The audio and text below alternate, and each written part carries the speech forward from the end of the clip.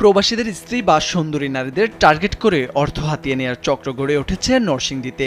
নরসিংদীর গাবতলী এলাকায় এমন চক্রের হাতে ইতিমধ্যে প্রতারিত হয়েছেন অনেকে। এই চক্রের দলনেতা সুমন সাহা গত 14 এপ্রিল হাতে নাতে ধরা পড়েন এক প্রবাসীর বাড়িতে। ওই দিন বিকেলে 3 সন্তানের জননী এক নারীর সাথে অনৈতিক কাজের উদ্দেশ্যে তার বাড়িতে যান, কিন্তু স্থানীয়রা তাকে আটক করেন। সুমন সাহা পেশায় কাপড় ব্যবসায়ী। মূলত তার দোকানে আসা সুন্দরী নারী ও প্রবাসীদের স্ত্রীদের বেশি টার্গেট করা হয়। সম্পর্ক তৈরির পর নিজের দোকান থেকে উপহার দিয়ে ঘনিষ্ঠতা বাড়ান তিনি। পরে তাদের ডেকে বাসা বা হোটেলে নিতেন, সেসব ঘটনার ভিডিও করে রাখতেন। পরে সেগুলো দিয়ে জিম্মি করে তাদের কাছ থেকে অর্থ হাতিয়ে নিতেন। সুমন সাহার বিরুদ্ধে এসব অভিযোগ দীর্ঘদিনের। আমাদের এই পৌর নির্মাণের জন্য অত্যন্ত লজ্জাজনক। আমরা এনে অনেকদিন ধরে ব্যবসা করতেছি, যাতে ভবিষ্যতে এই ধরনের ঘটনা না ঘটে ওই দিকে আমাদের একটা পদক্ষেপ নেওয়া উচিত। বিশেষ করে নিউ মার্কেটের যে ব্যবসায়ীরা আছে, আমরা বিরাট অপমানিত। এই ঘটনার জন্য আমরা খুব লজ্জিত।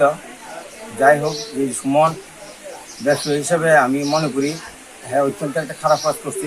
তবে ফ্যাশন রুম 1 মাসের জন্য তালা বন্ধ ও সুমনকে 3 মাসের জন্য মার্কেটে প্রবেশের নিষেধাজ্ঞা দিয়েছে ভৈরব নিউ মার্কেট ব্যবসায়ী সমিতি। উনি ওনার ধর্মীয় পরিচয় গোপন করে বিভিন্ন নারীদের সাথে অনৈতিক সম্পর্কে জড়িত ছিল। তারই ধারাবাহিকতায় সে এটা শিকার হন। সেই জন্য আমরা ওনার বিরুদ্ধে সংগঠনের পক্ষ থেকে আমরা একটা জরুরি সভা আহ্বান করি এবং এই সভাতে আমরা এই সিদ্ধান্ত উপনীত হই যে তার দোকান 1 মাসের জন্য বন্ধ থাকবে এবং সে বাকি 3 মাসের জন্য সে মার্কেটের থেকে বরখাস্ত করা হলো।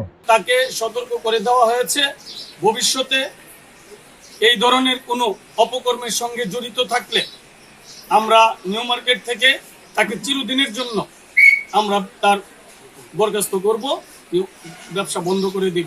ভৈরব সার্কেলের সহকারী পুলিশ সুপার মোহাম্মদ দেলোয়ার হোসেন খান জানান, এ ঘটনায় কেউ অভিযোগ করেননি। তবে অনৈতিক কর্মকাণ্ড যদি হয় তাহলে প্রতিরোধ করতে হবে। অভিযোগ দিলে আইনগত